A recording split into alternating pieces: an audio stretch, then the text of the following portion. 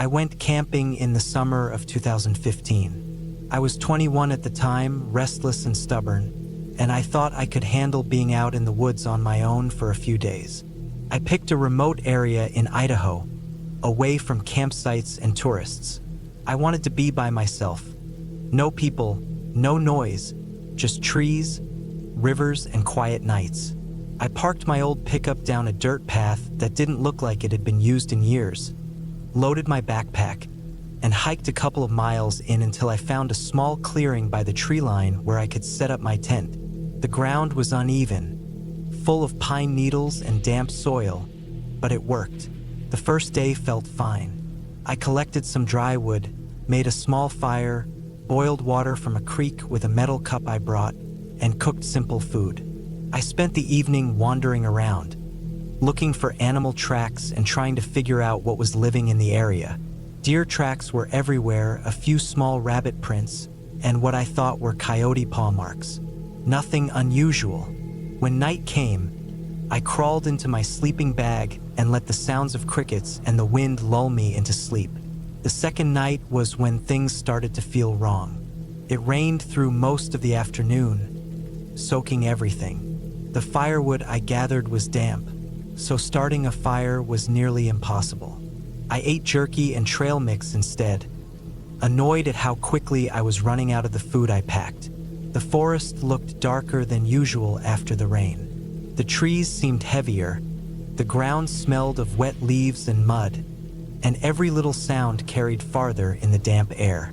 I kept telling myself it was nothing, just the weather changing how things felt. But when I finally lay down in my tent, I couldn't shake the sense that I wasn't as alone as I thought. I woke up in the middle of the night to a noise. It wasn't an animal rustling or the wind moving branches. It was heavier, slower, and closer. It sounded like footsteps. I held my breath and stayed perfectly still. My tent was small, only big enough for me and my gear, and the thin nylon walls suddenly felt like nothing at all. The steps stopped for a long while. I listened, waiting, straining to catch anything, and eventually convinced myself I was imagining it. When morning came, the ground around my camp looked untouched. No boot prints, no sign of anyone. On the third day, I hiked farther out to fish at the creek. I spent hours there, sitting on a rock, watching the water rush by. The quiet helped me calm down. But when I got back to camp, I noticed something I couldn't ignore. My tent flap, which I always zipped shut, was open. Just a few inches, but enough to make me freeze. I looked inside and saw that my sleeping bag had been moved. It wasn't rolled up or anything, just shifted, like someone had been inside and didn't bother fixing it. I checked my bag. Nothing was missing, not even the food or my knife. That made it worse, somehow. If someone was desperate enough to come into my tent, why wouldn't they take anything? That night, I hardly slept. I lay awake, clutching the small hatchet I had brought, listening for anything outside. The forest was loud with bugs and night birds, but every so often, I swore I heard a faint crack, like weight pressing down on a branch.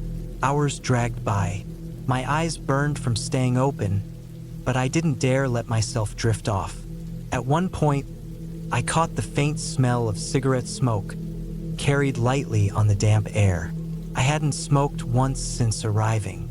That smell didn't belong to me. By the fourth day, I wanted to pack up and leave, but pride kept me there. I didn't want to admit that I was scared enough to run. I tried to act normal. I boiled water again, ate what I could, and gathered more wood. The sky grew gray and heavy with clouds, and the whole day felt like it was sinking into evening even before the sun set. I decided to sleep with my boots on, in case I had to get out fast. That night, the noises came again. This time I was sure of it. Slow, dragging steps moving around the camp, circling the tent. My throat tightened as I gripped the hatchet and stayed flat against the ground. The steps stopped right outside the tent wall, just feet from where my head was.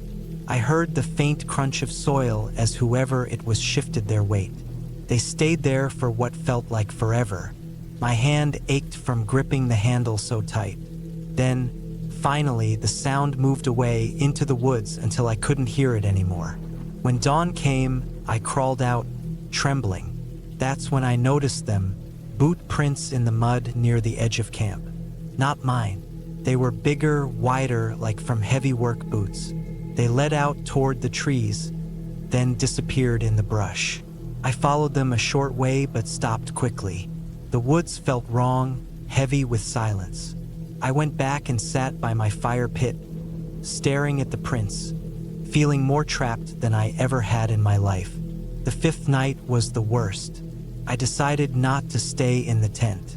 Instead, I dragged my bag deeper into the trees, about 100 yards from camp, and lay low against the roots of a big pine. I figured if someone came back, they'd look for me at the tent, not hidden in the trees.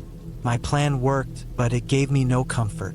Sometime past midnight, I heard it again, the slow crunch of boots moving right into my camp. Through the branches, I could barely make out a dark figure standing near my tent. They crouched down, lifted something, my backpack, and set it back down. They weren't rushing, weren't nervous. Whoever it was seemed calm, like they had all the time in the world. After a while, they walked around the clearing, pausing every so often, then finally disappeared into the woods. I didn't move until the first light broke through the trees. My body was stiff, my legs numb from staying so still, but I forced myself to move fast.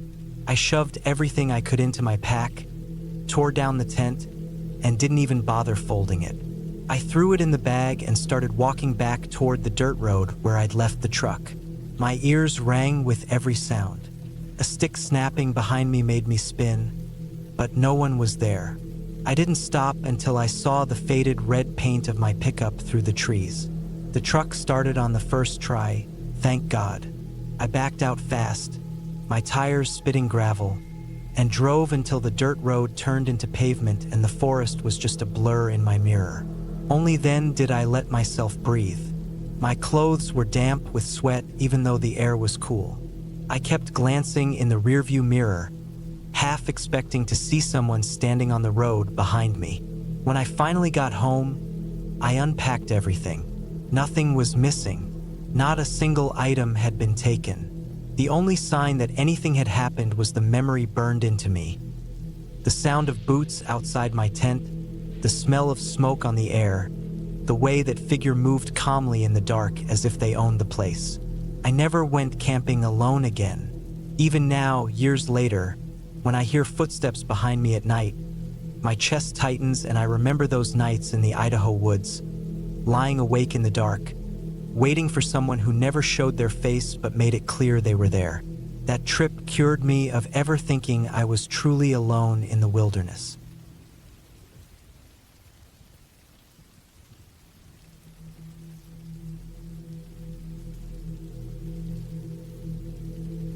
I still remember that trip like it just happened yesterday.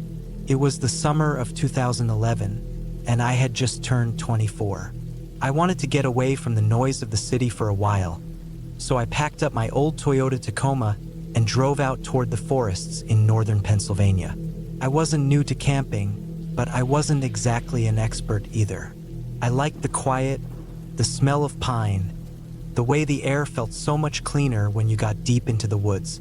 I thought a couple of nights alone under the trees would do me good. I arrived late in the afternoon. The sun was low but still bright, the kind of light that turns the tops of the trees golden while the ground beneath stays dark. I pulled off a dirt road onto a small clearing where hunters and campers sometimes pitched tents.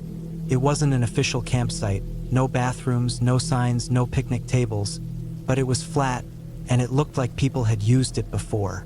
I set up my small dome tent and unpacked just enough to make a simple dinner on my propane stove. By the time I ate, the sky had started fading from blue to gray. The forest around me was so dense that even small gusts of wind made it sound alive, as if hundreds of things were moving in the brush all at once. I told myself it was just squirrels or raccoons, maybe deer, nothing unusual. But still, being alone like that Every noise carried a little extra weight. When the darkness settled, it was complete.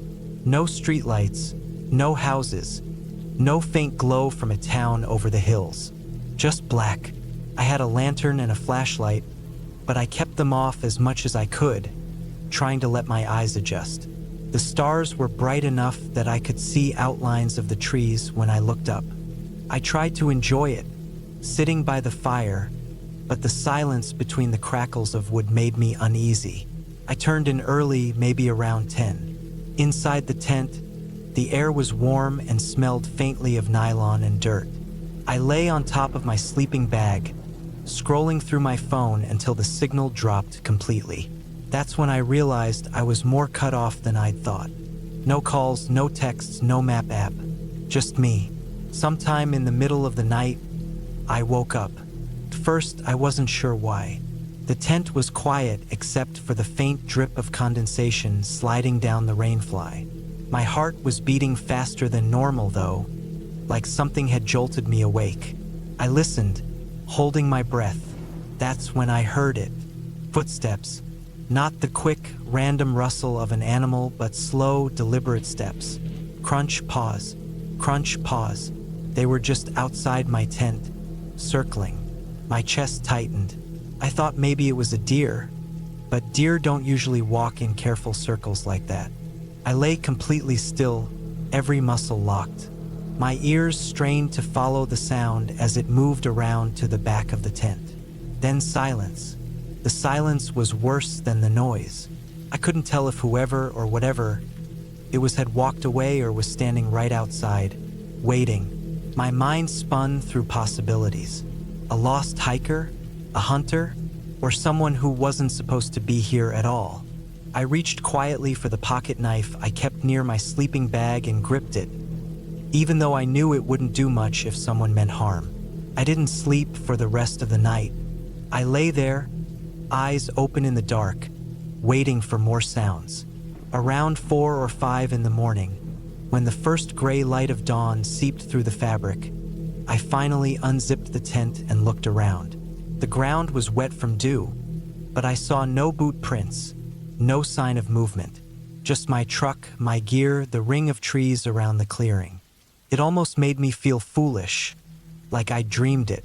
Still, something about it didn't sit right. I decided to stay for one more night, but packed my things neatly in case I needed to leave in a hurry. During the day, I hiked along one of the old logging roads, keeping track of landmarks so I wouldn't get lost. The woods were thick and quiet, except for occasional birdsong. I didn't see another person the entire time. By late afternoon, I was back at camp, sweating, with sore feet and a heavy feeling in my gut that I couldn't shake. That night, I made a larger fire and kept it burning brighter, thinking maybe it would keep animals or people away. I ate quickly, then sat watching the fire until the logs broke down into glowing coals. The forest seemed even darker than the night before.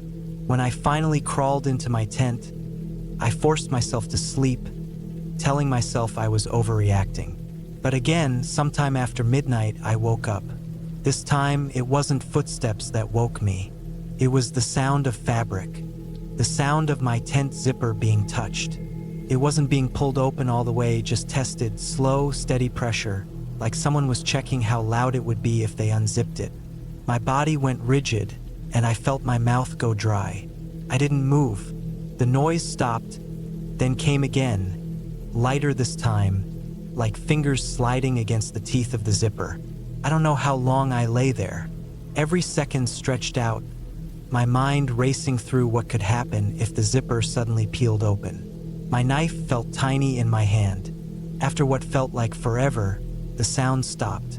Then, once again, the deliberate crunch of footsteps moving slowly away into the trees. I didn't wait until morning. My heart was hammering too hard, and I knew I couldn't spend another second there. I threw everything into the back of my truck in the dark. Tent, stove, pack, barely caring how messy it was. I kept the headlights off until I was back on the dirt road, not wanting to draw attention, then floored it until I hit the main highway. Only once I was an hour down the road did I finally breathe normally. The fear stayed with me, though, like a weight in my chest. I kept looking at the side mirrors, half expecting headlights to appear behind me. When I stopped at a diner just after sunrise, I sat in the booth and tried to process what had happened. Maybe it had been some drifter wandering the woods. Maybe someone who lived out there squatting. Or maybe someone who watched the clearing, waiting for campers to show up.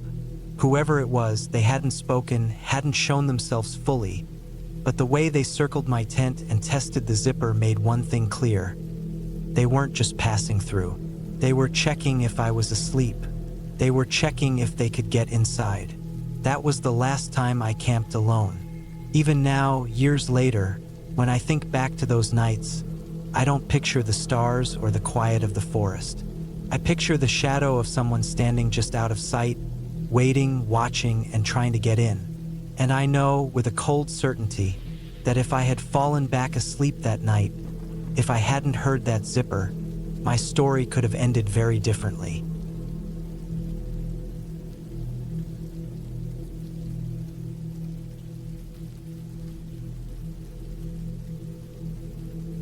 I was 32 when I decided to take a hunting trip by myself in the fall of 2014. I had always hunted with family or friends before, but that year most of them were busy with work or didn't want to drive out to the woods so late in the season. I told myself it would be fine to go alone, and part of me wanted the quiet. I picked an area in northern Montana that I had read about online, not far from the Canadian border. The land stretched for miles, broken up with pine forests, old logging roads, and thick brush that clung to the bottoms of the hills. I drove up in my old Chevy truck, the bed loaded with a cooler, my gear, a tent, and my .308 rifle. By the time I left the paved road and rolled onto gravel, the sun was already setting behind the mountains, staining the sky orange and purple. I drove slow, the tires crunching over rocks, watching the forest grow darker on both sides. I found a spot about 2 miles down an old dirt trail that had a small clearing next to a creek.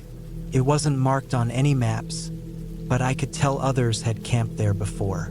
There was a black ring of burned rocks and the ground was worn flat where tents had been pitched. I parked, killed the engine, and the silence came down heavy. I remember how still it felt. No wind, no faraway hum of traffic, just that strange blanket of silence that deep woods carry at night. I set up my tent quickly while there was still a trace of light left, laid out my sleeping bag inside, and got a small fire going with the dead branches that littered the ground. By the time I ate a quick meal of jerky and bread, the forest had gone completely black around me. The only light was from the fire, flickering against the tall trunks. I could hear the creek rushing faintly to my left, and every so often a snapping sound from somewhere in the trees. I told myself it was just deer moving through or branches shifting. Still, my hand kept brushing the rifle that was leaned against a log beside me. I went to bed not long after that, crawling into my sleeping bag and zipping it up to my chin.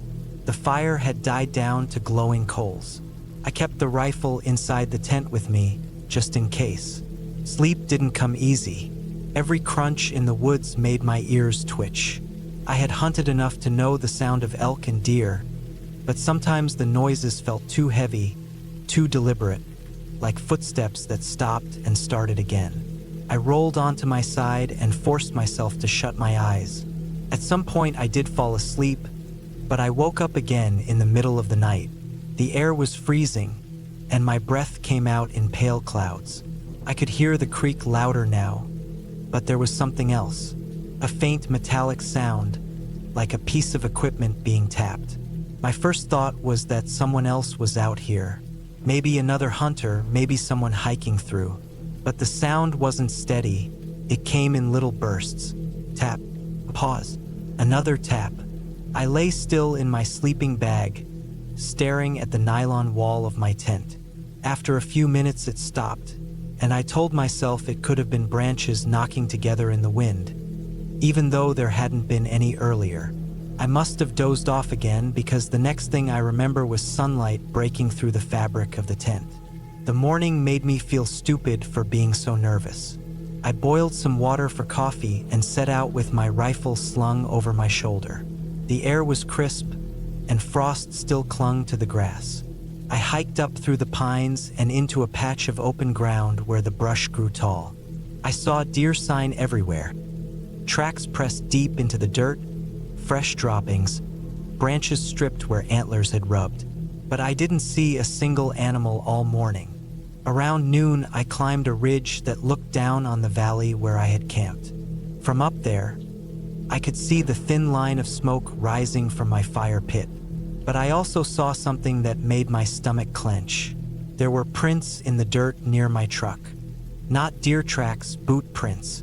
They led away from the clearing and into the trees opposite where I had gone. I stood there staring, my pulse quickening. The area was remote, but not impossible for someone else to stumble into. Still, it bothered me that I hadn't heard an engine, hadn't seen anyone else the whole drive up. I hiked back down slow, scanning the trees the whole way. The closer I got to camp, the more the hair on my arms prickled. When I stepped into the clearing, I went straight to the prints. They were big, at least a size 12, and pressed deep like whoever it was carried weight. They circled near my fire, then wandered close to my tent before heading off into the woods. I crouched and studied them for a while, the silence pressing down on me harder than the night before. I told myself to stay calm, but unease gnawed at me all afternoon. I hunted a little more, but I couldn't focus.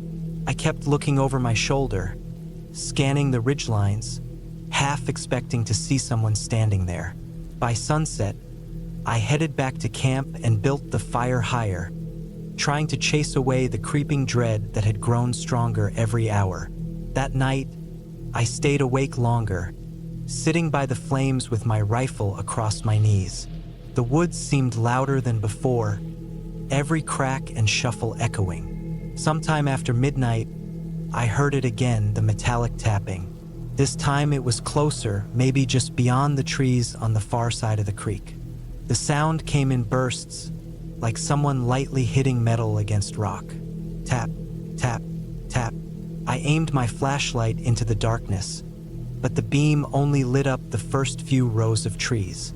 Nothing moved. The tapping stopped. The woods went dead silent, so quiet I could hear my own pulse.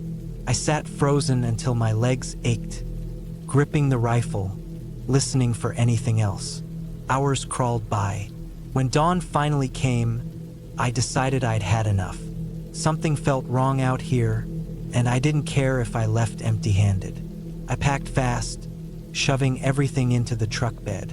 Before I left, I circled the clearing one last time. That's when I saw the fresh prints in the dirt, pressed deep and heading toward the creek. They hadn't been there the day before. Whoever it was had come back during the night, circling close while I sat awake by the fire. I followed the trail to the edge of the creek and saw where the boots had stepped onto a patch of wet mud. The tracks stopped there, but across the water, faintly pressed into the soft bank, were more prints leading into the trees. Whoever it was had crossed in the dark, moving quiet, watching me from somewhere out there. I didn't follow. I got into my truck, started it up, and drove out of those woods faster than I probably should have on those rough roads. The whole time I felt like I was being watched, like eyes were following me until the trees finally thinned and I reached the paved highway.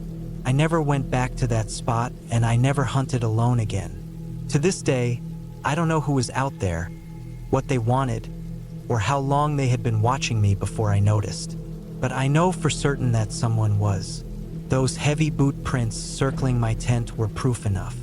And I still hear that faint metallic tapping in my head sometimes when the woods get too quiet.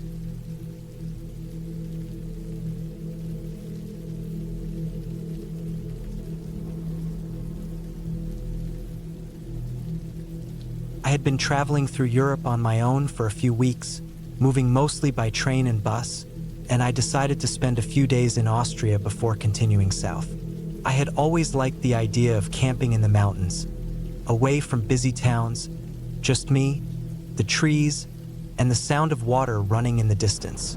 It was late summer 2015. I was 26 at the time, and I carried a secondhand tent, a sleeping bag, and a small backpack with enough food to last me 3 days. I wasn't looking for anything fancy, just quiet. I took a bus from Innsbruck into a small village surrounded by thick forest and steep hillsides. The driver dropped me off near a dirt path that wound up into the trees, and I hiked for about 2 hours until I found a spot far from the trail. It wasn't an official camping area, but the ground was flat enough, and a narrow stream cut along the rocks nearby. The air was cooler up there, and the forest was heavy with pine. By the time I set up my tent and boiled some noodles on a small stove, the sky was turning gray. The first night passed quietly. I woke a few times because of distant animal noises, but that was normal for camping in the woods. The second day, I went for a long walk further uphill, following faint paths made by deer or maybe hunters. I didn't see another person the whole time.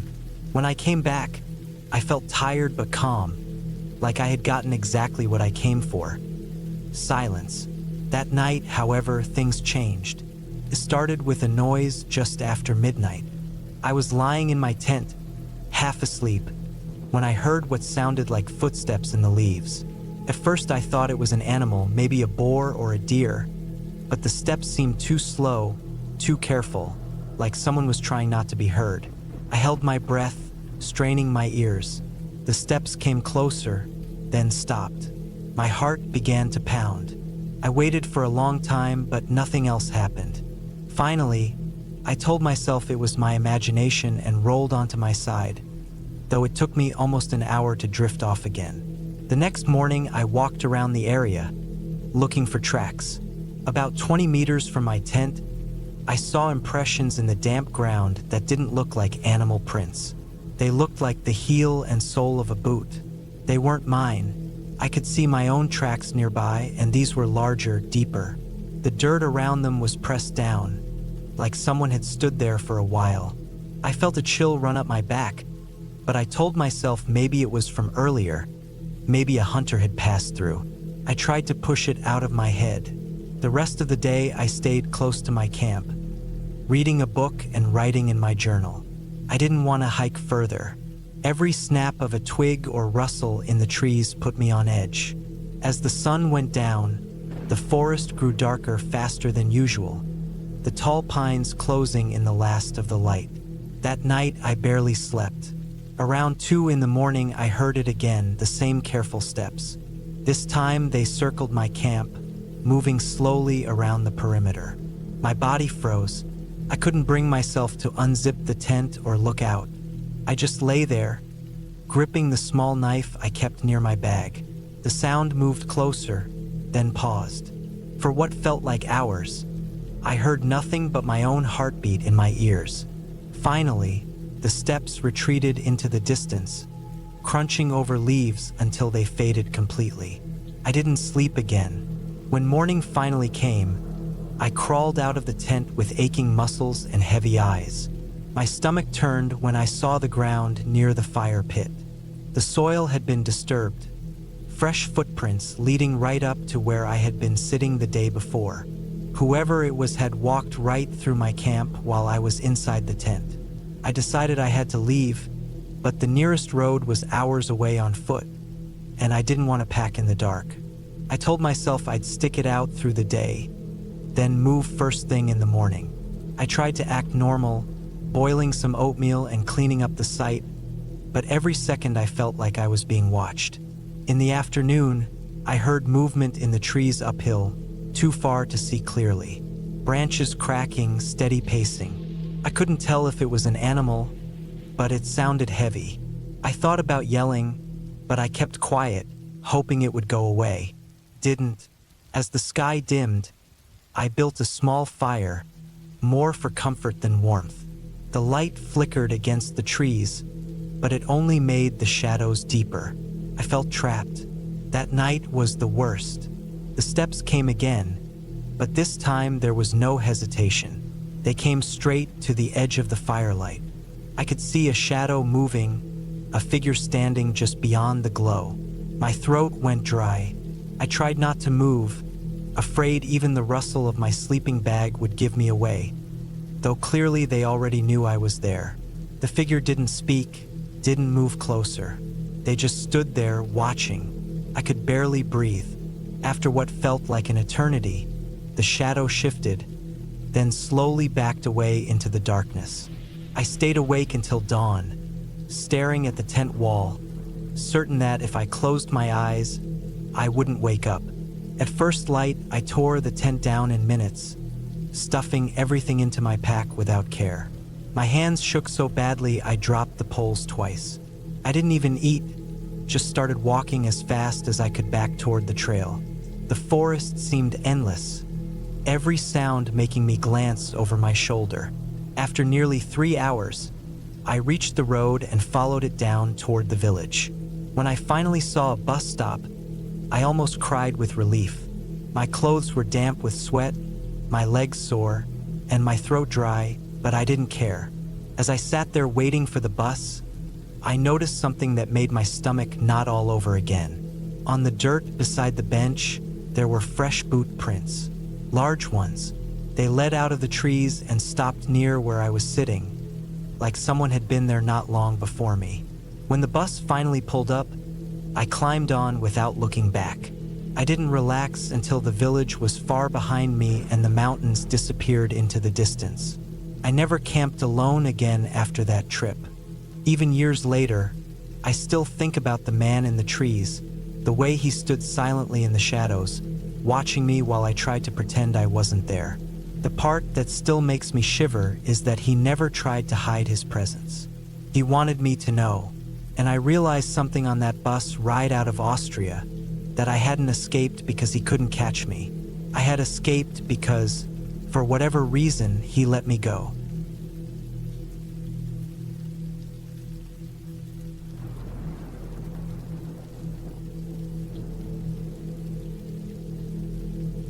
I had been planning the trip for weeks.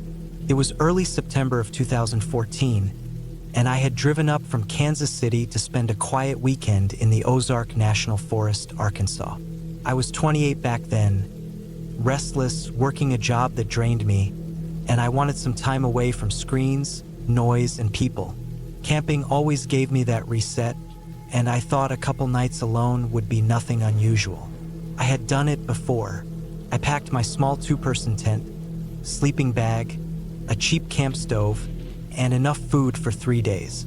The forecast showed rain on Saturday night, but nothing severe, and I figured I could handle it. I'd been in bad weather before while camping. A little rain never stopped me. By late afternoon, after driving a couple of dirt back roads and hiking about a mile into the woods, I found a flat spot near a creek. The air was muggy, the ground soft but not muddy. I set up the tent on the driest patch I could find, laid out my sleeping bag, and boiled some noodles. The woods were quiet, only the low hum of insects, and the occasional woodpecker hammering somewhere deeper in the trees. As the sky darkened, clouds piled heavy above the trees, thick and almost bruised looking. The stillness before the storm always unsettled me a little, like the air itself was waiting to break. Around 8 p.m., I crawled into the tent, zipped the flap shut, and listened to the first drops hit the nylon. The rain started light, tapping like small pebbles, then grew steadier. Soon it was hammering down hard, so loud I could barely hear anything else. The creek beside me swelled quickly. I could hear it rushing harder, louder, its current building force. Lying on my back, I watched shadows shift on the thin fabric of the tent as lightning lit the woods in flashes. The thunder rolled a few seconds later, deep and heavy, shaking through my chest. I thought I'd drift off, but the storm wouldn't let me. Rain hammered against the tent in sheets, the ground softening underneath. I shifted on my mat, feeling the dampness creeping through the seams despite the tarp I'd set down. Somewhere past midnight, I heard a sound beneath the storm that cut through everything else. a sharp crack of branches breaking. It wasn't thunder. It was close, maybe 50 yards, and it wasn't the kind of break caused by the wind. It was sharp, quick, deliberate. I froze. The rain drowned most sounds, but then it came again. Another break, and then the faint crunch of footsteps on wet leaves. I held my breath and listened, straining past the storm. The footsteps grew more defined, slow, uneven, moving through the trees. At first, I told myself it might have been a deer or some other animal, but the weight was wrong. Too heavy, too paced. I pulled my small flashlight from beside my sleeping bag and clicked it on. The beam hit the wet walls of the tent, making me feel even more exposed, so I shut it off immediately. My heart hammered in my chest, each beat louder than the storm. The steps drew closer, stopping, starting again, circling almost. Whoever or whatever it was, they weren't just passing through. They were lingering. Lightning flashed again, and through the thin fabric of the tent, I saw a brief silhouette, tall, upright, human. My stomach sank. Out here in the middle of the forest, in the storm, there shouldn't have been anyone. I hadn't seen another car on the dirt road no other campers, no hikers.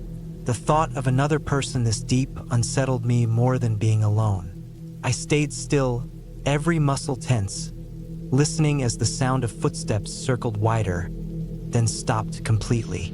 The woods were swallowed again by the rain. I waited, but the silence after was almost worse. I don't know how long I lay there. Maybe 20 minutes, maybe an hour, before exhaustion pulled me under. I woke again to silence. The rain had stopped, the air thick with moisture, my tent damp inside from condensation. It was still dark, though the storm clouds had thinned enough for moonlight to filter through the trees. When I stepped outside, the air smelled of wet earth and pine. Puddles reflected the faint light, and the creek had swollen wide, rushing harder than I'd ever heard it. My boots sank into the softened ground as I walked a short circle around the tent. That's when I saw them. Footprints. Not boot prints like mine, but bare. Human. Bare feet pressed deep into the mud, leading from the tree line toward my tent, then circling, then disappearing back into the woods. They were large, longer than my own feet, and spaced with a slow, deliberate stride. My stomach turned. Whoever had been out here wasn't lost.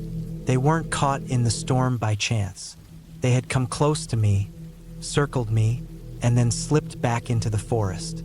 I packed my bag fast, shoving everything damp into my pack without care. My hands shook so bad I could barely get the tent poles down. Every second I expected to hear those steps again, to see someone emerge from the trees.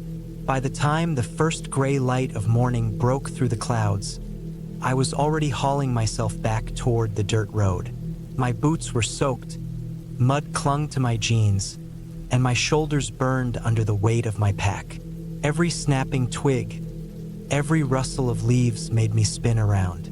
It took me over an hour to reach my car, and when I finally did, the relief was so sharp it almost hurt. I tossed my gear into the trunk, slid into the driver's seat, and locked the doors before even starting the engine.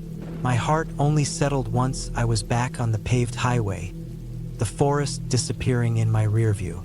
I never saw another person, not on the road out, not in the gas station where I stopped for coffee hours later. But the image of those wet footprints in the mud stayed in my head. Bare feet, deliberate, circling me in the storm. I never went back to that part of the Ozarks again. The thing that still gets me, even now, years later, isn't the fear I felt that night. It's the question that keeps replaying every time I think about it. What would have happened if I hadn't woken up when I did?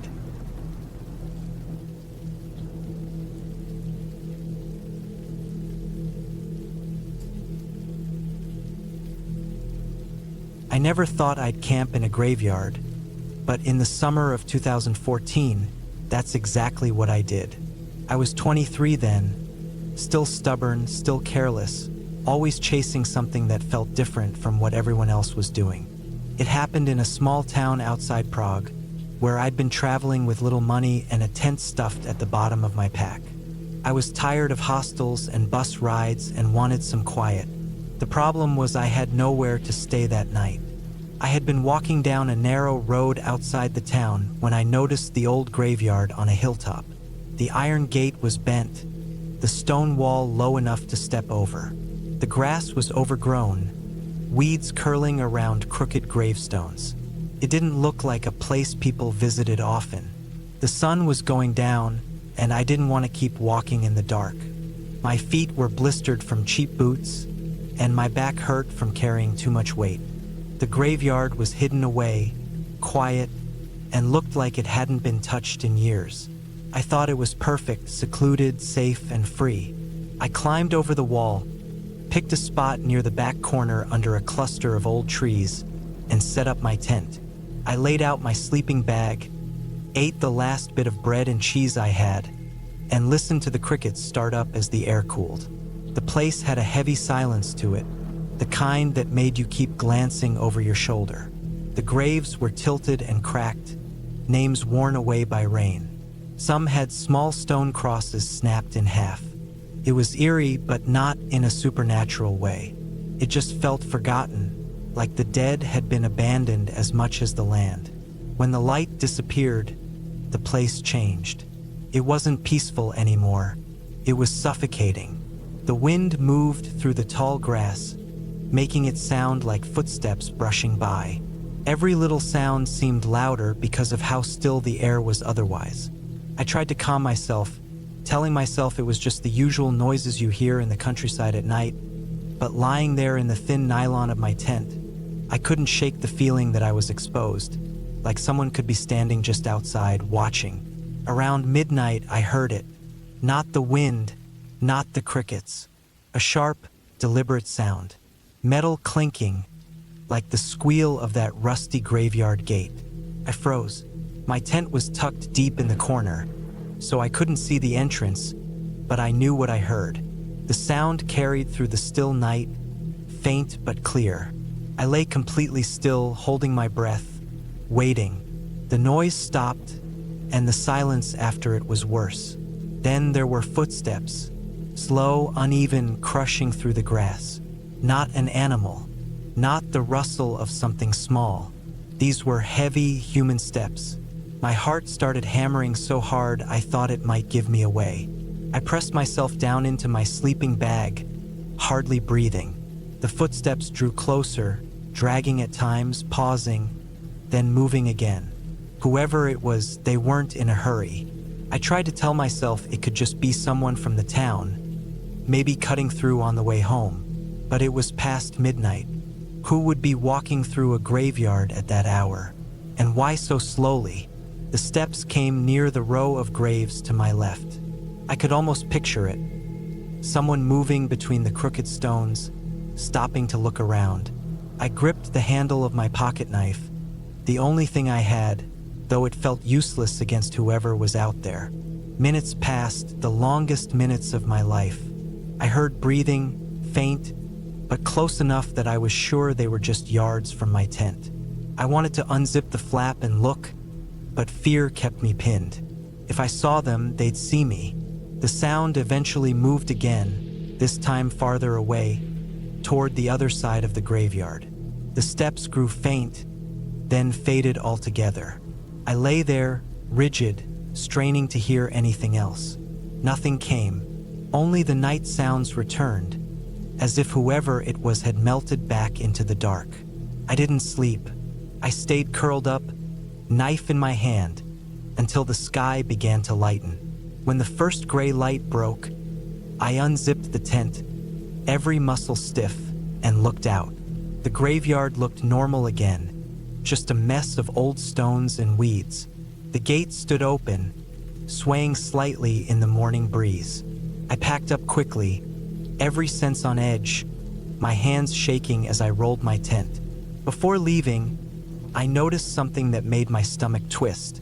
The grass around the graves near my tent was pressed down, trampled in fresh patterns. Whoever had been there hadn't just passed through. They had lingered, moving back and forth, circling. I climbed over the wall and walked back to the road, not daring to look behind me.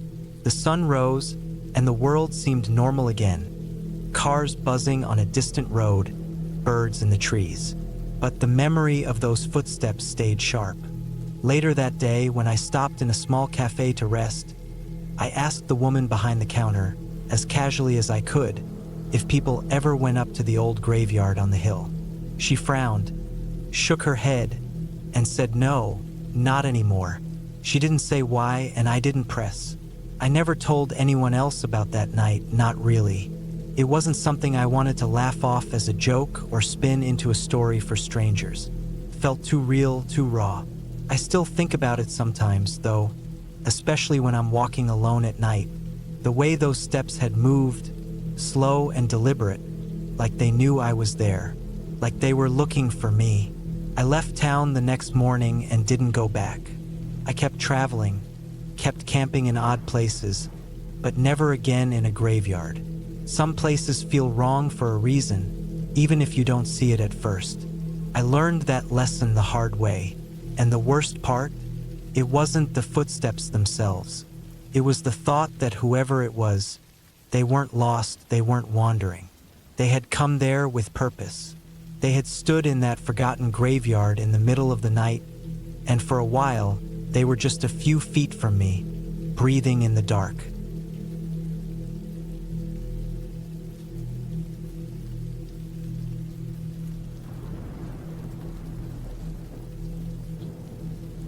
I was 24 when it happened.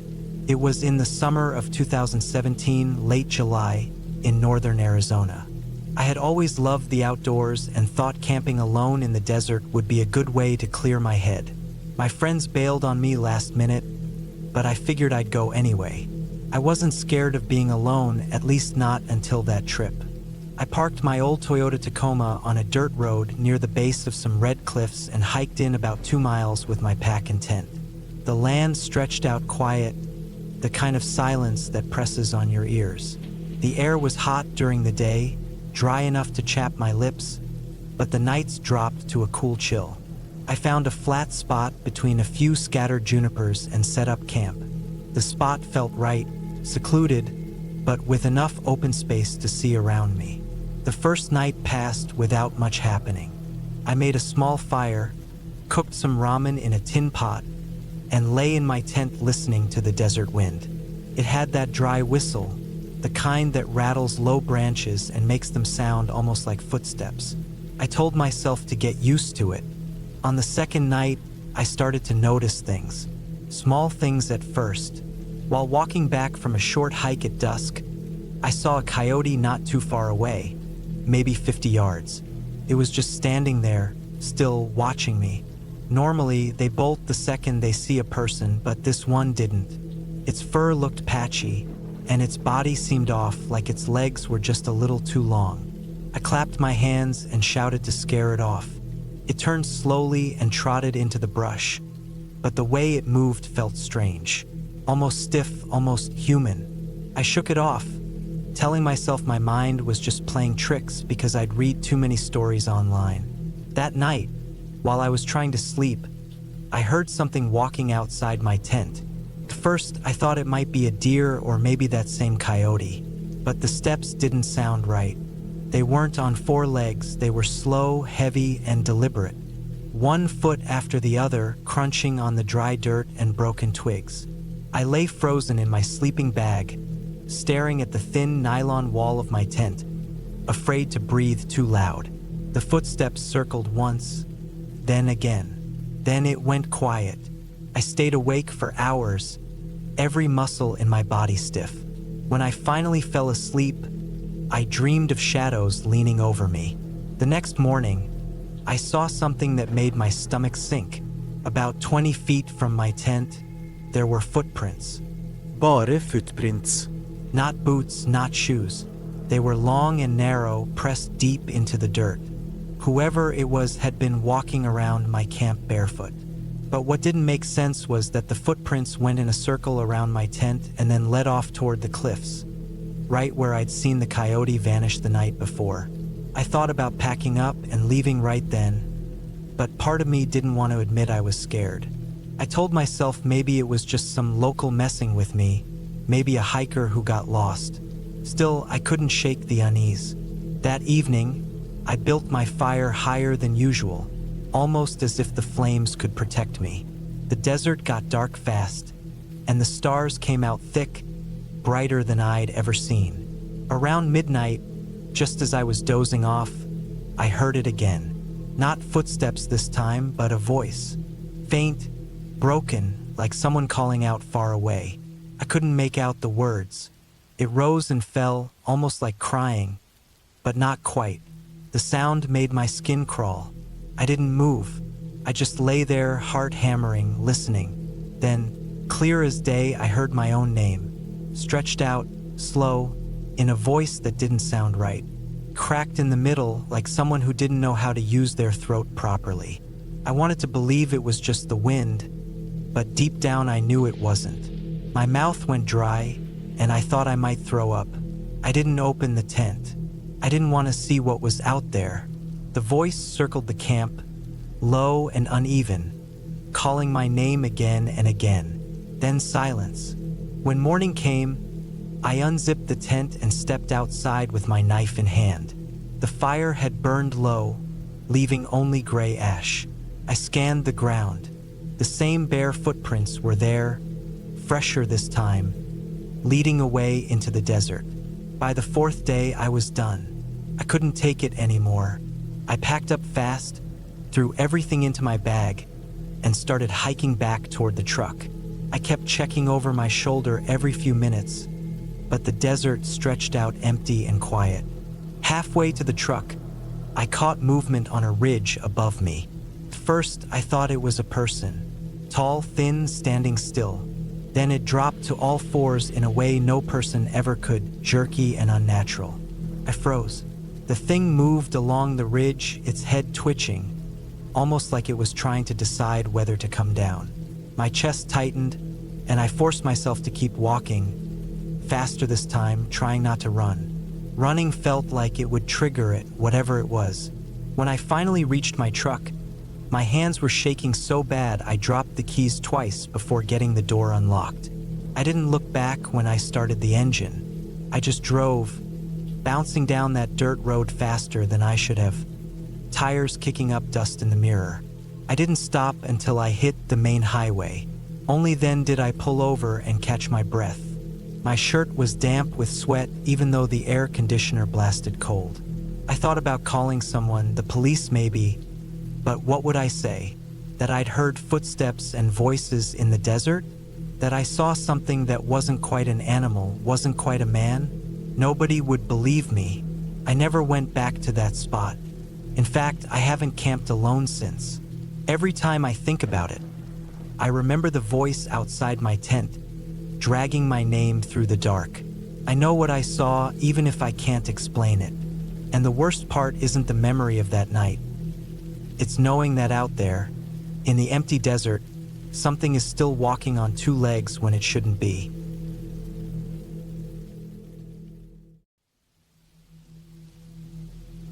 I remember the trip like it happened yesterday, even though it's been more than 10 years now. It was the summer of 2011, and I was 22 at the time, still living in Michigan but always restless, always wanting to go places where there weren't crowds or traffic lights or the constant noise of the city.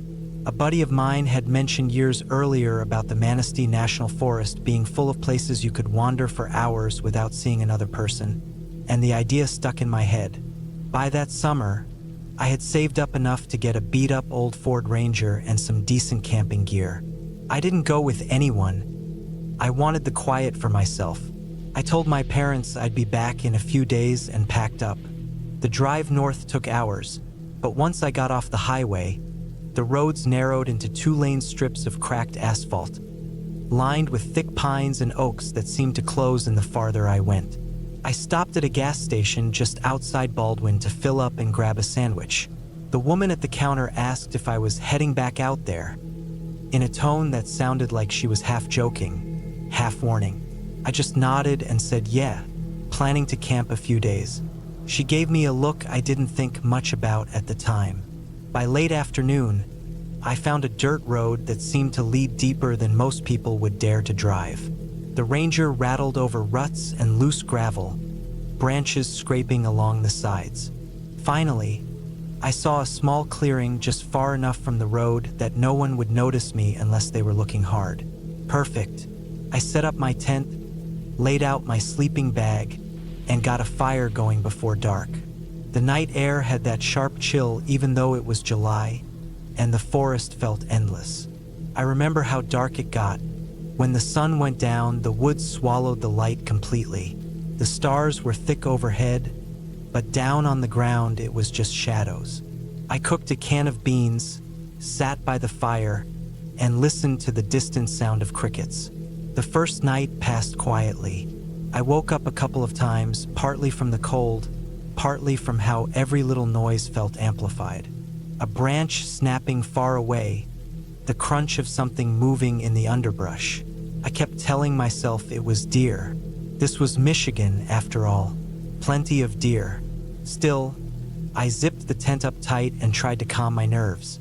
The next day, I hiked a few miles, taking only a backpack with water and a map.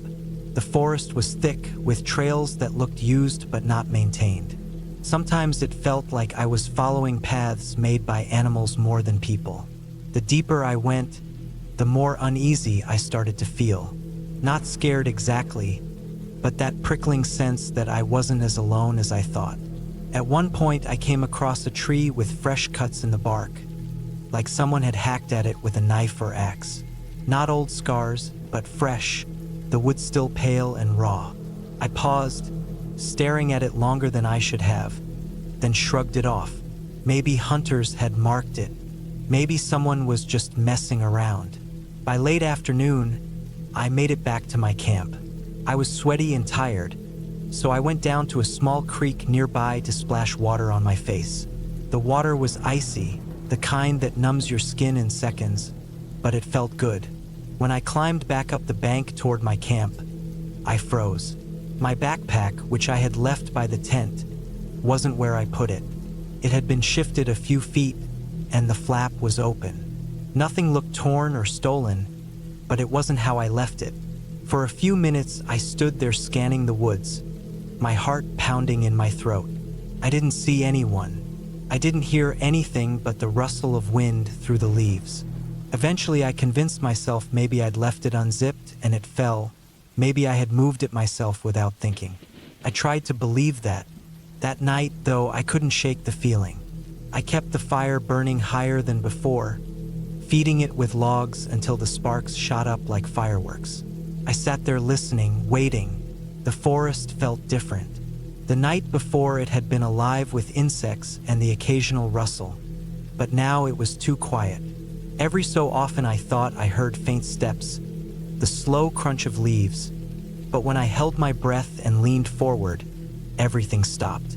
When I finally crawled into my tent, I kept my knife close, right by the sleeping bag. I must have drifted off around midnight, because the next thing I remember was waking up to the sound of something brushing against the fabric of the tent. Not an animal pawing or sniffing, but a slow drag like a hand or a stick being run along the side. My whole body went rigid.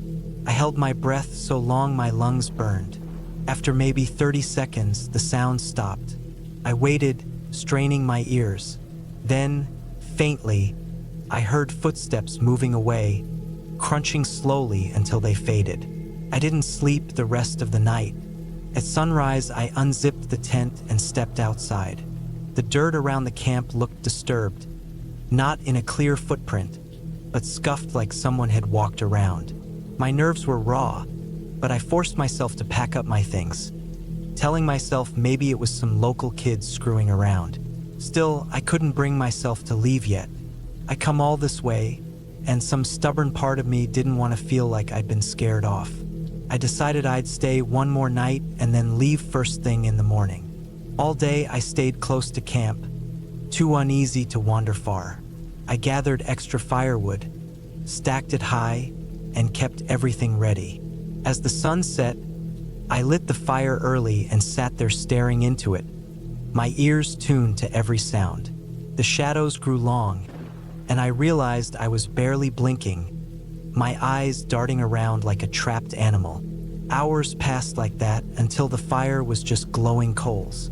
I thought maybe nothing would happen. Maybe it really had been my imagination. Then I heard it, clear this time. Footsteps in the brush, steady, deliberate, not rushing but not trying to be quiet either. They circled the edge of the clearing, never coming close enough to see clearly, but close enough that I knew whoever it was could see me. My throat went dry.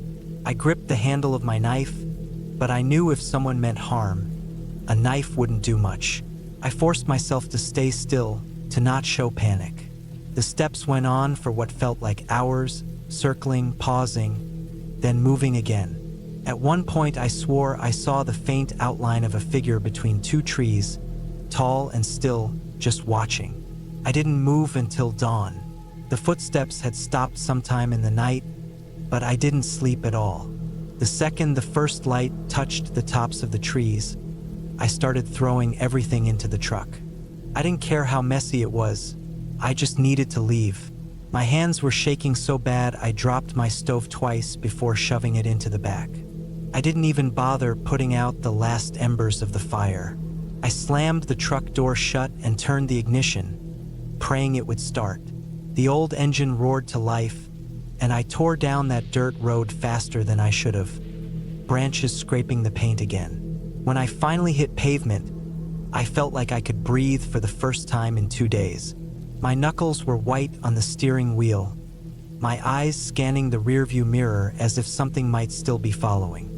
It wasn't until I got to a diner an hour later, parked in the lot under the bright sun with other cars around, that the weight lifted a little. I sat there, hands still trembling, and realized just how close I had been to something I didn't understand. To this day, I don't know who or what was out there. Maybe it was someone living off the grid, maybe someone who didn't like strangers in their woods, or maybe just a person who enjoyed scaring campers. But the way they watched, the way they circled me all night instead of approaching, that still keeps me up some nights. I never went camping alone again after that.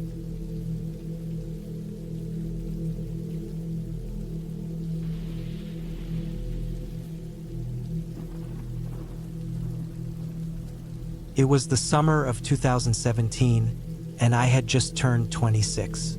I had been working long hours at a shipping warehouse in Michigan, and I needed a break from the routine. I wanted some silence, just me and the woods.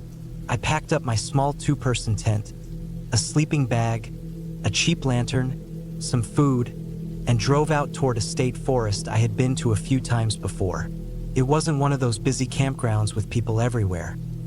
It was the type where you could walk off the beaten trail, find your own clearing, and pitch a tent without being bothered. That was exactly what I wanted. The day I left was hot, humid, and gray. The air felt heavy, and I knew storms were coming, but I didn't really care. I thought a little rain would make the night more relaxing, and I'd always enjoyed the sound of it hitting the tent. By the time I parked my car on the side of a dirt road and hiked about a mile into the woods, the sky was darker than it should have been for late afternoon. My boots sank slightly in the damp ground, and the mosquitoes were already biting. I found a small clearing surrounded by tall, thin trees. The ground there was mostly flat, and there was an old fire ring made of stones, like someone else had camped there long ago. I set my tent up quickly, just in case the rain started earlier than expected. By the time I had the tent staked and my gear inside, thunder rolled far in the distance.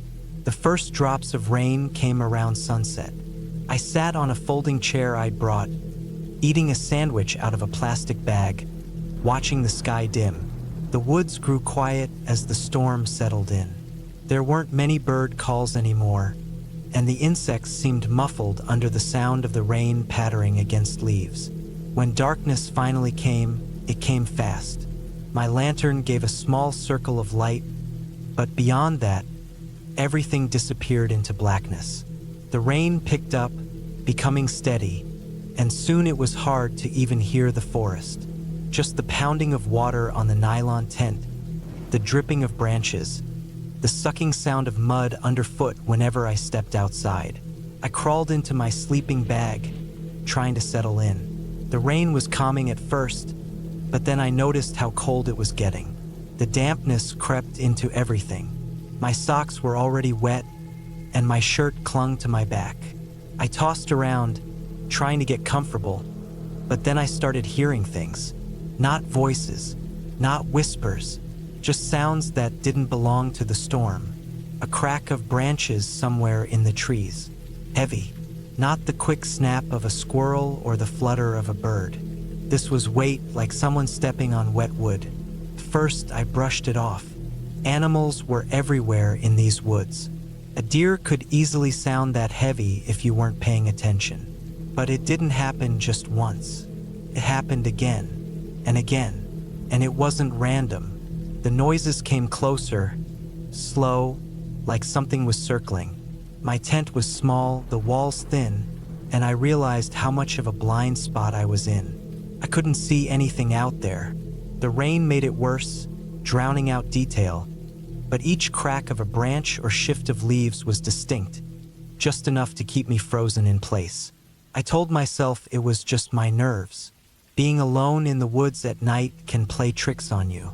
Still, my body wouldn't relax. Every muscle stayed tight. My hands stayed on the small flashlight I kept by my side. At some point, I must have dozed off because I woke with a start. The lantern had gone out, leaving the tent black inside. The rain hadn't stopped. In fact, it was worse. It slammed against the nylon so hard that drops of water pushed through the seams and misted onto my face. My first thought was that my tent might not hold up if it got any heavier. That's when I realized I wasn't hearing just the rain anymore. There was a different sound, close, too close. A wet slosh of mud, then another. It was faint, but it was there, like someone stepping slowly through the soaked ground. I held my breath, every nerve on edge. The sound came from one side of the tent, paused, then shifted to the other. My skin prickled. I couldn't see a thing through the fabric, but I imagined someone just standing out there, only a few feet away. I didn't have a weapon, just a pocket knife buried somewhere in my backpack. My heart hammered as I listened, barely breathing. The steps went silent for what felt like minutes. I thought maybe it was my imagination again. Maybe water dripping from the trees was tricking me. I almost convinced myself of that, until something brushed the side of the tent. It wasn't violent, just the faintest drag like a hand or a stick moving against the nylon. But it was enough. I grabbed the flashlight, clicked it on, and shined it at the wall where the sound came from. Of course, I saw nothing but the dull reflection of the tent fabric. I sat there, clutching the light, my pulse pounding in my throat. The brushing stopped. The rain kept hammering down. My stomach twisted as I realized how vulnerable I was. A thin sheet of fabric was the only thing between me and whoever or whatever was out there. I didn't sleep the rest of the night. I stayed sitting upright in my bag, clutching the flashlight until my fingers ached. Every few minutes I'd hear something. Water moving, a branch snapping, the wet shift of mud, and each time I stiffened all over again. By the time the sky finally began to pale with morning, my nerves were shot. The rain slowed to a drizzle. I unzipped the tent and stepped out carefully, my boots sinking into the soggy ground. The woods looked different in the daylight, washed out and misty. That's when I saw the footprints. Not animal tracks, human, deep impressions in the mud, circling the tent, close enough that whoever it was could have touched the walls easily. The prints were large, wider than my own boots, and they trailed off into the trees. I stood there staring at them, the cold sinking into me. Whoever had been out there hadn't come by accident. They'd walked around my camp, slow, deliberate, while I sat awake inside, listening. I didn't waste time packing neatly. I shoved my sleeping bag, lantern, and food into my backpack, yanked the stakes from the ground, and crammed the tent in wet. My hands shook the whole time.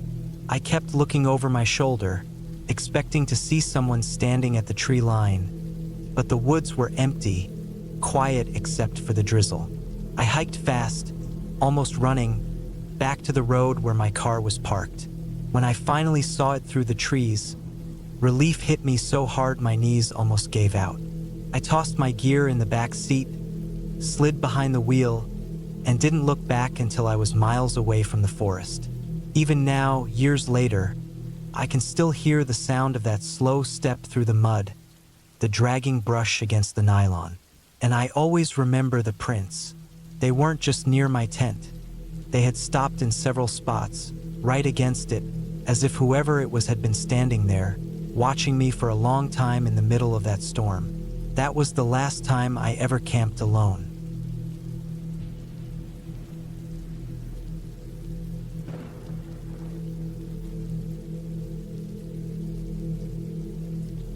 I was 24 years old when I decided to travel through Austria alone in the summer of 2017. I had been saving up for months, wanting to experience the mountains, the lakes, and the quietness of being outdoors without the usual noise of the city. I bought a cheap tent, a sleeping bag that claimed it could handle cold nights, and packed everything into a backpack that was far heavier than I imagined it would be.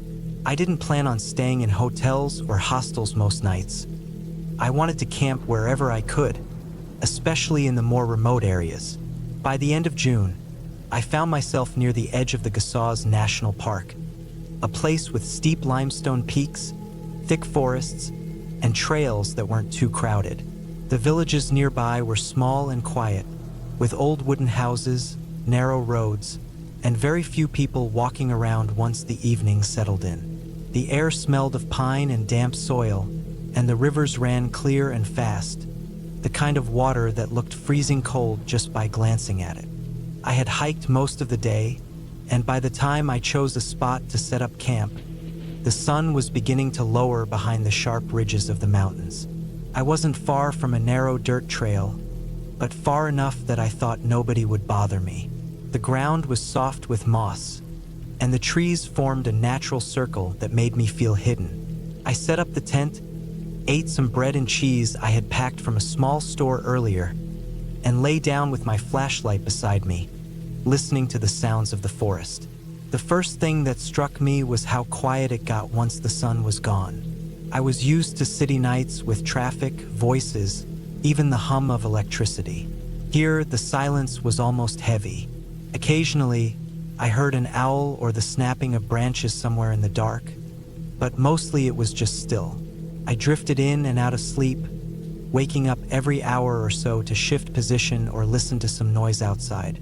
At around 2 in the morning, I sat up inside the tent because I thought I heard footsteps. At first, I told myself it was just a deer or some animal. The steps were slow, irregular, not like someone hiking with purpose, but more like someone wandering.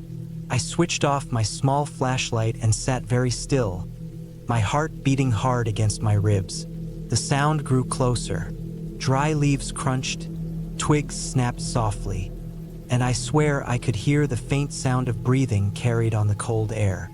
I stayed frozen for several minutes, peeking through the tiny opening at the zipper of my tent.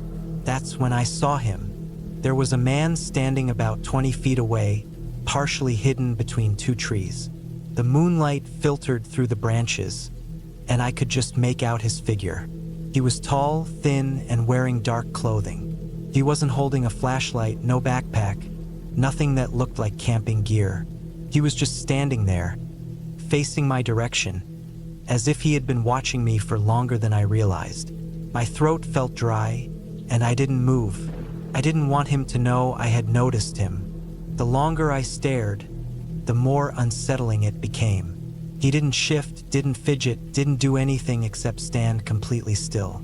I couldn't see his face clearly, but I knew he was looking straight at my tent. I must have stayed like that for 10 minutes, maybe longer. Eventually, I lay down slowly, zipped the tent completely shut, and tried to make no sound. Every muscle in my body was tight. I could hear the footsteps again after a while, moving around my campsite. Soft, slow crunching as if he was circling. At one point, the steps got so close I thought he was right next to the tent. I stopped breathing for a few seconds, afraid he could hear me. I don't know how long it went on, but eventually, the sounds faded. Either he walked away or he was standing out there in silence. I didn't dare open the tent to check. I stayed awake until the sky turned gray, my ears tuned to every shift in the air, waiting for something else. When it was finally morning, I unzipped the tent and stepped outside, my legs shaky. The forest looked normal, almost innocent in the daylight. The ground was damp, the air cool, and the birds had started to sing. But as I looked around the area, I saw clear footprints in the soft earth near the tent. They weren't mine. They were larger, heavier, and they circled my campsite just like I thought I had heard. I packed everything as fast as I could, my hands fumbling with the straps, constantly glancing over my shoulder. I walked quickly down the trail, not even stopping to eat or rest. Every sound made me think someone was following me, and I couldn't shake the image of that figure standing between the trees. By the time I reached a small village later that morning, I was exhausted. I sat near the road and finally let myself breathe. I kept scanning every face I saw, half expecting him to appear again. Nobody seemed suspicious, just farmers and locals going about their day. But the unease wouldn't leave me. I ended up booking a cheap guest house that night, something I hadn't planned on doing, but I couldn't bring myself to camp again so soon. I closed the curtains tight, locked the door, and sat on the bed staring at the handle for what felt like hours. I kept thinking about how remote the forest had been, how unlikely it was for someone to be wandering out there at that hour without a purpose. He had no gear, no light, nothing. He hadn't said anything, hadn't tried to make contact, just stood there, watching me. For the rest of the trip, I couldn't camp without fear creeping in. Every snap of a branch or flicker of movement in the woods sent panic through me. I never saw the man again, but his presence stayed with me like a shadow I couldn't shake. When I came back home weeks later, friends asked me about my trip, about the mountains and the landscapes. I told them it was beautiful, peaceful, everything I hoped for, but I never told them about that night in the forest. Part of me thought they wouldn't believe me, that they'd say I imagined it after being alone in the dark. But I know what I saw, and I know the difference between fear playing tricks and a real human being standing just a few steps away. Even now, years later, I sometimes wake up in the middle of the night with the image in my head. A tall, thin man in the trees, motionless, watching. And that's the part that unsettles me most, the silence. No words, no action, no explanation. Just the quiet presence of someone who had no reason to be there. That night in Austria taught me something about the woods, something I hadn't thought about before. Animals make sense, weather makes sense, even the dangers of the land itself make sense. But a stranger, standing there in the dark with no explanation, that's something you can't prepare for. I've camped since then, but never truly relaxed. Because in the back of my mind, there's always the possibility that someone is out there, just beyond the reach of my light, waiting, watching, and choosing not to be known.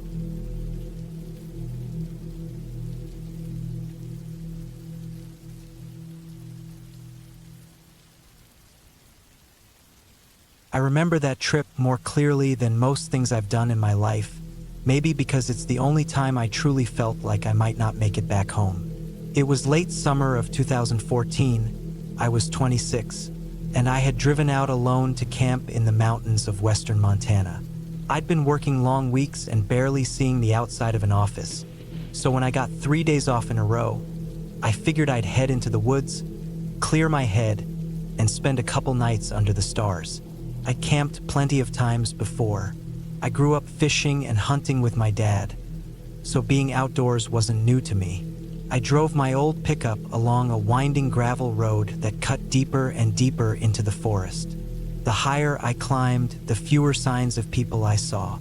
After almost an hour of dirt road, I pulled over at a small clearing that looked like it hadn't seen a vehicle in weeks. It was the kind of spot I wanted, quiet, tucked away, no other campers in sight. The air smelled like pine and dry earth, and the sun was still up high enough to give me time to set up my small two-person tent. I hauled my gear from the truck bed and laid everything out neatly. The ground was dry, and the forest floor was littered with needles that crunched under my boots. I set the tent close to the tree line, thinking the trees would give me a little shelter if the weather changed. I gathered wood, lit a fire, and heated a small pan of canned chili for dinner. That first evening was peaceful. I sat by the fire, listening to the faint wind move through the branches above, watching the sky go from pale orange to deep purple. When the stars came out, they were sharper than anything you see near towns. I felt small under them, but in a good way. I crawled into my sleeping bag with the sound of crickets and the occasional owl somewhere off in the distance. The first night passed without much incident. I woke once to some rustling outside the tent, but it was faint, and I told myself it was probably just a squirrel nosing around. By morning, there wasn't any sign of anything. I boiled water for instant coffee, ate some jerky, and decided to hike a few miles with my pack to look for a stream I'd marked on a map before leaving. The trail was overgrown in spots, and the silence of the forest pressed down on me the deeper I went. I didn't see anyone the entire hike. When I found the stream, I knelt down to splash water on my face and refill my bottle with the filter I brought. The water was cold enough to sting, and it tasted cleaner than anything from a faucet. On my way back to camp, though, I had this odd feeling I couldn't shake. The forest was too still. I realized I hadn't heard a bird for a long time, no chatter of squirrels, nothing. It was as if everything around me was holding its breath. When I got back to camp, I noticed something that bothered me immediately. My cooler, which I'd left bungeed shut inside the truck bed, had been shifted. It wasn't opened, but it was tilted like someone had tugged on it and then left it. I told myself it could have been raccoons or even a bear sniffing around. I checked for tracks on the dusty ground but didn't see anything clear. Still, the hairs on the back of my neck felt stiff, and I couldn't ignore the unease. That night, I kept the fire bigger than usual. The woods beyond the glow looked impossibly dark, and I kept catching myself glancing over my shoulder. I ate quickly and sat with my flashlight close at hand. Around midnight, I heard something clearer this time. Heavy steps, slow, deliberate, circling just past the tree line. My chest tightened, and I froze in place, straining to listen. The steps would stop, then start again from another direction, like whatever it was moving around me in the dark. I didn't call out. I didn't move. I just sat there, heart pounding so hard it almost drowned the sounds out. Then, after what felt like an hour, the steps faded. I stayed by the fire until it burned down to embers, then finally forced myself into the tent. Clutching the hatchet, I had brought more for chopping wood than anything else. I barely slept. Every snap of a twig outside jolted me awake. My tent felt thin as paper, and I couldn't shake the thought of someone or something standing just feet away, waiting. Morning came gray and cold, and I felt wrecked from lack of sleep. I checked the edges of camp again and finally saw what I'd missed before. Prints. Not animal tracks, but boots. They weren't mine. They circled the fire pit, went over to the truck, then disappeared back into the trees.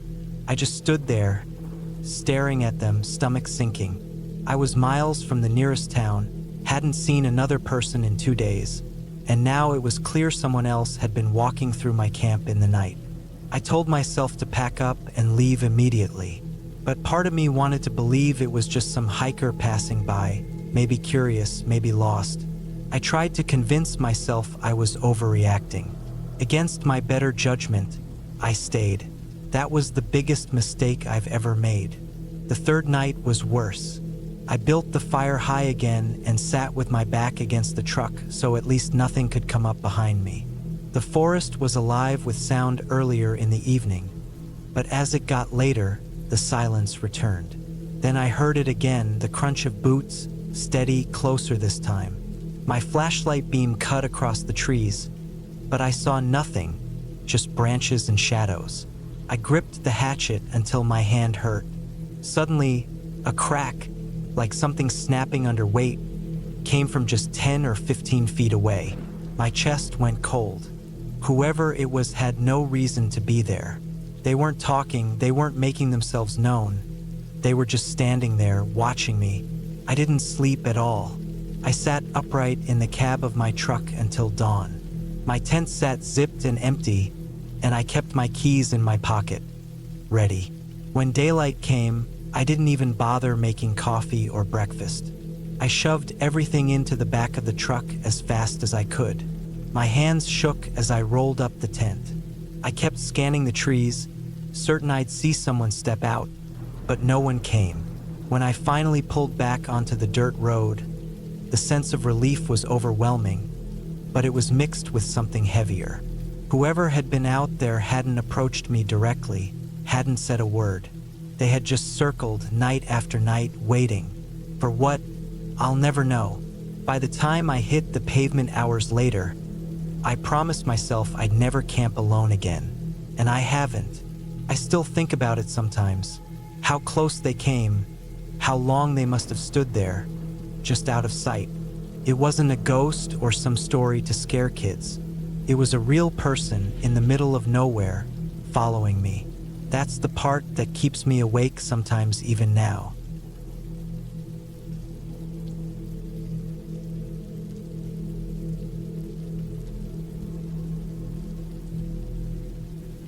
I was 22 years old the night I decided to camp out in a graveyard. It wasn't some dare or anything stupid like that.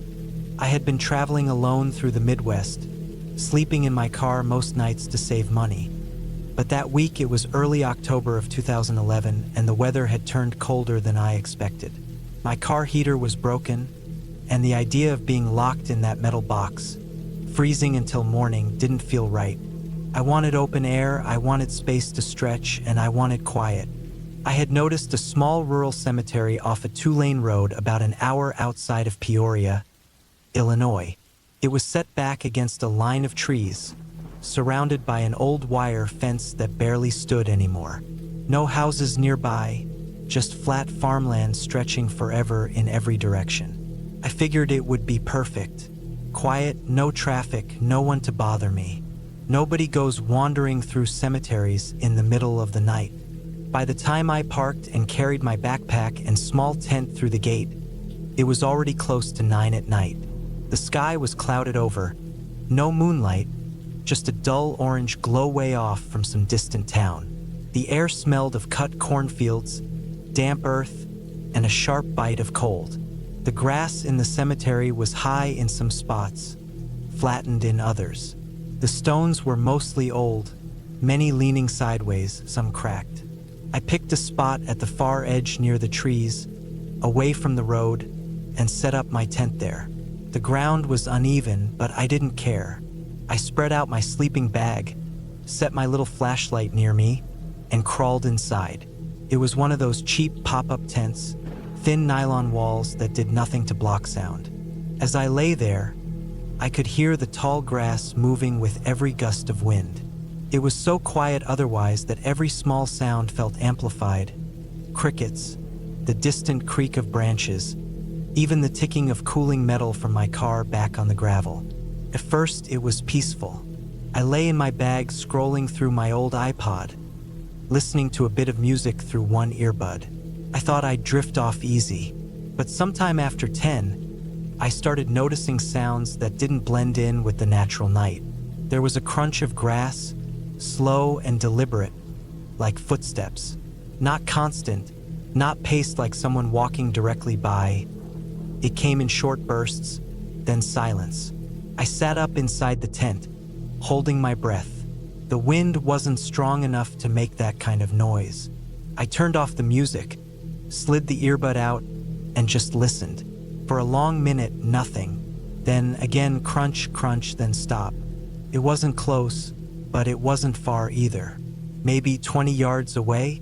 I thought about animals. A deer, maybe, or a stray dog. That made sense.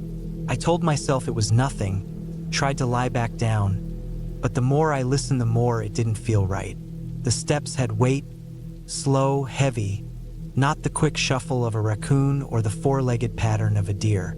I unzipped the tent as quietly as I could and poked my head out. The cemetery was almost completely dark, only faint outlines of stones against the fields beyond. The sky had cleared a little, letting a few stars show, but it wasn't enough to see clearly. My breath puffed white in the air. I stayed there, crouched, scanning. Nothing moved. No animal shape, no person.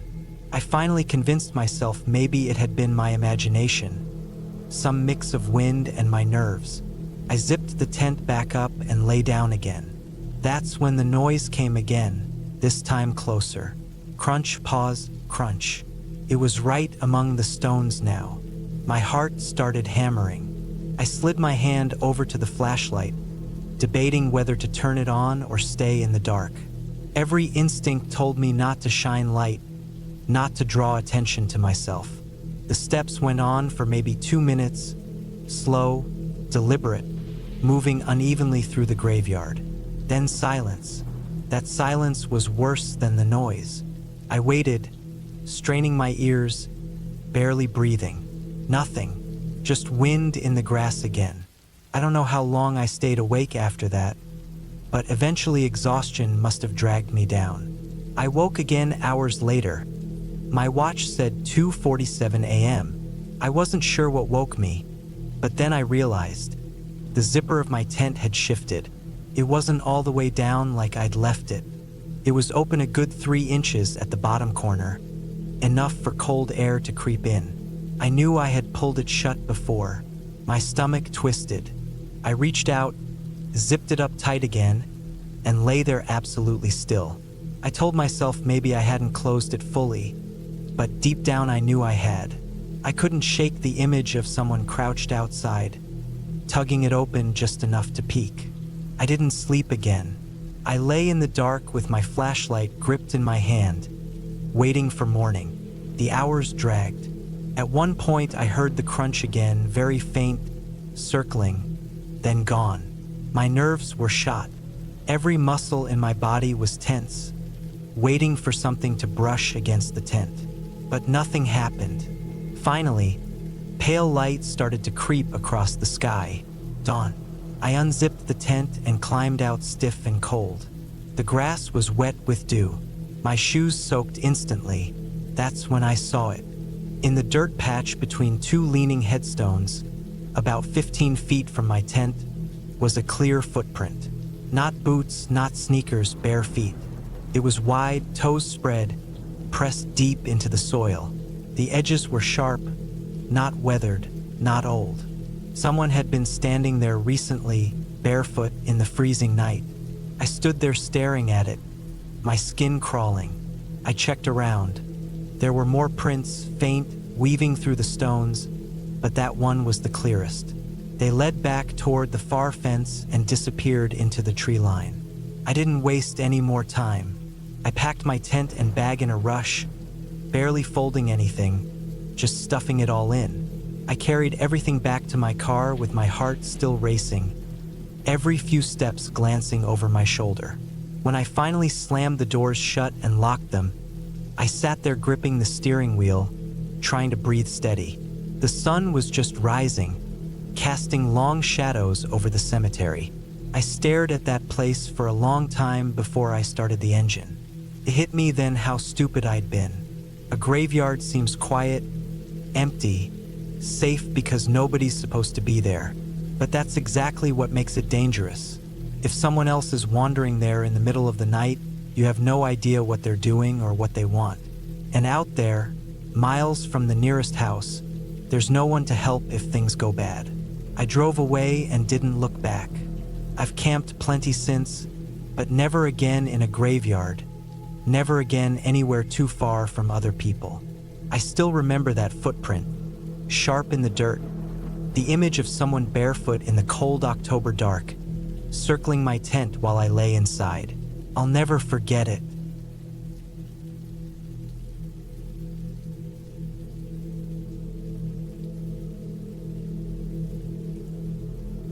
I was 32 when I went hunting alone in the fall of 2016. I had driven up to the upper edge of the Allegheny National Forest in Pennsylvania, not far from the border with New York.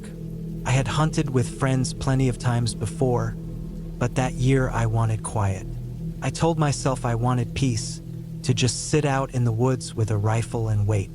No small talk, no drinking around the fire, no joking about who'd missed the shot. Just me and the forest. I parked my truck on a muddy pull-off by an unmarked trail, the kind that wasn't even a real trail, just a break in the brush where four-wheelers had once cut through. I loaded my pack carefully, making sure I had everything. My .308 rifle, a box of ammo, food, water, my knife, a tarp, sleeping bag, flashlight, lighter, rope, a folding saw, and a cheap one-person tent I had been using for years. By the time I hiked in, the air already had that damp, sharp smell of leaves rotting into the soil. The colors were past their peak, mostly brown and orange, and every step I took snapped twigs or rustled through wet leaves. The deeper I went, the more the sound of the road fell away, until it was just the creak of trees swaying and the occasional far-off call of a crow. I walked about 2 hours in before I set up camp on a slight rise above a narrow creek. The creek's water wasn't deep, but it ran fast, bubbling over rocks, loud enough that it almost covered the smaller forest sounds. I liked that. Running water always made me feel safer when I camped. I pitched the tent facing downhill toward the stream, tied my food up in a bag on a branch about 50 yards away, and settled in as the light drained out of the trees. That night was colder than I expected. The fire helped, but the fire also made me feel exposed. The forest looked different at night, the tree trunks leaning like shadows stacked on shadows, and I couldn't see more than a few feet beyond the light. Every time I tossed another stick into the flames, I thought I saw movement out of the corner of my eye. Maybe it was the shifting light, maybe it was just me being alone for the first time in a long while. I barely slept. Every crunch of leaves outside made me sit up in my bag. Once, I heard what sounded like a branch snapping, heavy and close. I held my breath, gripping the rifle until it was quiet again. The next morning, I got up stiff, my clothes smelling of smoke. I made coffee on the fire, ate a protein bar, and hiked out with the rifle slung on my shoulder. I found a decent spot, a natural clearing where the ground sloped down toward another stream. I sat on a fallen log, watching the edges, waiting for any movement. Hours went by. A few squirrels, a woodpecker hammering at a dead tree, nothing else. No dier. By late afternoon, the forest grew dim again. I hiked back to camp, cooked a can of beans on the fire, and tried to relax. I kept telling myself I was fine, but that creeping unease hadn't left since the first night. I didn't like the way the creek seemed louder now, like it was trying to cover something. The air felt heavier, too, like a storm was coming, but the sky had been clear all day. As the night went on, I heard it again, that branch snap, not like a squirrel, not like a raccoon, heavier, measured. I killed the fire down low, letting the flames shrink until they barely glowed. I sat in the dark with the rifle across my lap, eyes fixed on the black wall of trees. Then came the sound of leaves crunching. Slow steps, stopping, starting again. Not circling, not wandering straight. Toward the tent, toward me. I didn't move, hardly breathed. My mouth went dry, my chest tight.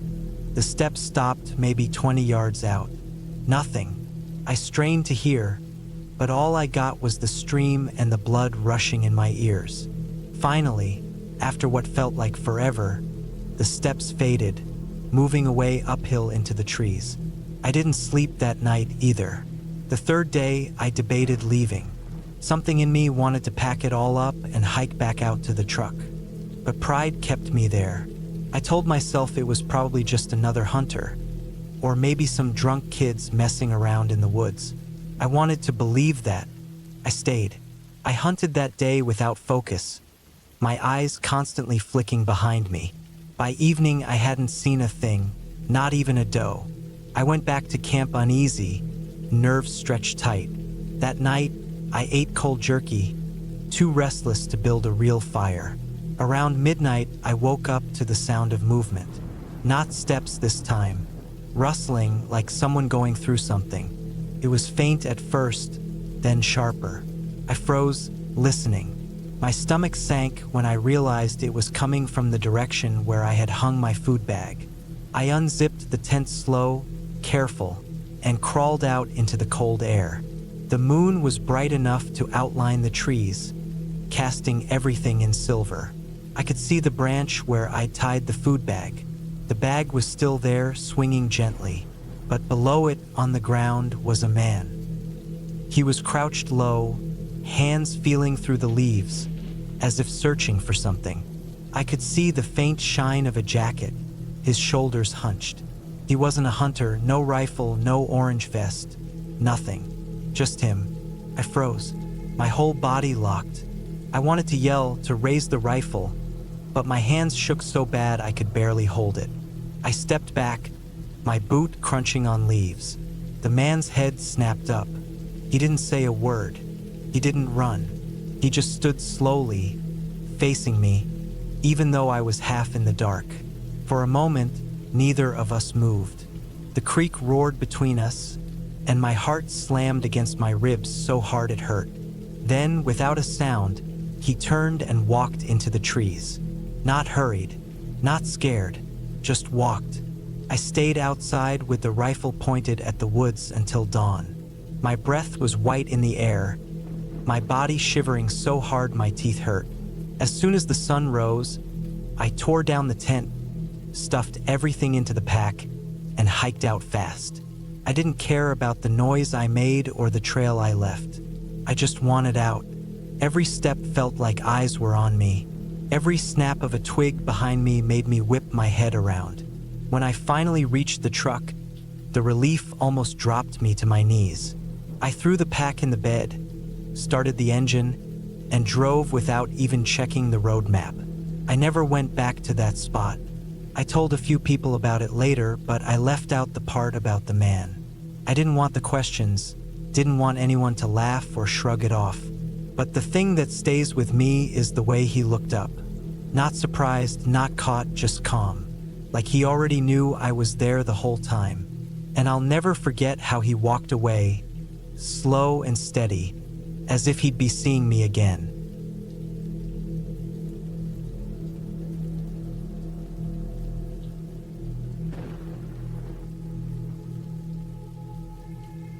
I had gone camping alone in the summer of 2014, just outside of Gallup, New Mexico. I was 24 at the time, restless, and trying to get away from a stretch of bad months that made me feel trapped in the city. I had grown up outdoors, fishing and hiking with my dad, so being out in the open felt like a way to reset myself. I packed light, just my old tent, a sleeping bag, a cooler with water and food, and a small camp stove. My plan was to stay 3 nights in the sandstone desert hills, away from any campgrounds or crowded areas. I wanted solitude. The drive out took me down smaller and smaller roads until there weren't really roads anymore, just dirt tracks carved by trucks and rain. The land stretched wide in every direction, with scattered scrub brush, dry gullies, and rock formations that glowed orange in the late sun. The air had that dry, dusty smell that sticks to your skin. When I finally picked a spot, it was a flat patch just below a ridge, shielded by some twisted junipers. From up there, I could see for miles, and at night, I knew the stars would cover the sky like nothing back in town. The first night was quiet. I built a small fire, cooked some beans in my pot, and listened to the desert settle as the sun went down. Crickets chirped. A few coyotes barked in the distance, and their calls echoed across the open space. I wasn't nervous then. I felt calm, like I had made the right choice coming out there. I slept fine, though I woke up a couple of times when the wind pushed against the thin nylon walls of the tent. The second day, I hiked along the ridge line for hours, sweating under the brutal sun, my shirt sticking to my back. The ground was littered with animal bones, sun-bleached and scattered, probably from coyotes. I carried my little camera and took pictures of the rocks and strange patterns in the dirt. The heat was punishing, and I was happy when I returned to camp and sat in the shade with cold water. By nightfall, I felt worn out but content. It was that night when things began to change. After cooking a small meal, I sat watching the fire until it burned low. The silence out there was heavy, different from the silence in the woods. In the forest, there's always rustling, always movement. But in the desert, it's like the earth holds its breath. Around midnight, I crawled into my tent, zipped the flap, and tried to fall asleep. The moon was bright enough that I could see shadows through the thin tent fabric. I don't know how long I had been asleep when I woke to the sound of crunching gravel outside. It was slow, steady, not like an animal scurrying. I froze. The sound circled part of the camp, then stopped. I told myself it had to be a coyote or maybe a stray dog, but the steps had weight to them, heavier than any four-legged thing. I laid still, staring at the roof of the tent, every nerve sharp, waiting. After what felt like an hour, the sounds faded away. I didn't sleep much after that. In the morning, I checked around the campsite. The dirt was too hard-packed to hold clear footprints, but there were disturbances in the dust near the ridge, like something had been standing there for a while. Watching, maybe. The thought made me uneasy, but I brushed it off, telling myself I was being paranoid. People sometimes wandered around the desert at night, ranchers, hunters, who knows. The third evening, I felt different. I wasn't relaxed anymore. The stillness around me seemed heavier, and every sound put me on edge. I kept the fire burning higher than usual, almost like I was trying to create a barrier of light. When the fire burned down, I crawled into the tent, but I left my boots near me this time, just in case. Sleep came in short, broken pieces. Somewhere deep in the night, I woke again. At first, it was dead silent. So silent I thought I was imagining things. Then I heard it, the same crunching of footsteps, slow, deliberate. They circled again, closer than the night before. My heart pounded so hard it felt like the sound filled the tent. Then, clear as day, I heard breathing. Just outside the thin wall of nylon, steady, human-like breathing. I didn't move. I barely blinked. My mouth was dry, and I forced myself not to gasp or make a sound. Whoever, whatever it was, stood right outside my tent for minutes that stretched forever. Then, something happened that rattled me more than anything else in my life. I heard a voice. It wasn't clear. It wasn't even like words, more like a broken, stumbling attempt at sound, high-pitched, strained. Almost like it was trying to copy a human voice but didn't know how. My whole body went cold. I couldn't understand the sound, but I knew it wasn't right. Eventually, the crunching steps moved away, fading into the distance, and the silence came back like a heavy blanket.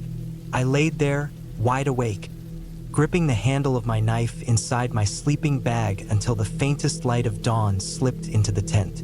When I stepped outside, my campsite looked untouched. No clear tracks, nothing out of place. But I knew what I had heard. I knew I wasn't imagining it. The whole place felt wrong now, like the air itself was watching me. My chest was tight, and my hands shook as I packed my things. I didn't even cook breakfast. I shoved my gear into the car and left the fire pit smoldering behind me. The drive back toward the highway felt endless. Every mile I checked the rearview mirror, half expecting to see someone walking behind me. When I finally hit the paved road and saw the faded signs pointing back to Gallup, I felt a weight slide off my chest. I don't remember breathing properly until I pulled into town and parked outside a gas station. I didn't tell anyone about what happened for a long time. When I finally mentioned it to a friend who grew up near the reservation, he just nodded, serious, and told me some things weren't worth messing with out there. He didn't ask questions, and I didn't push for details. Even now, years later, I can still hear that sound sometimes when I think back. The strained, broken attempt at a voice outside my tent. It wasn't a ghost or a coyote. It was something else, something that wanted me to know it was there. And that was enough for me to decide I'd never camp alone in that part of New Mexico again.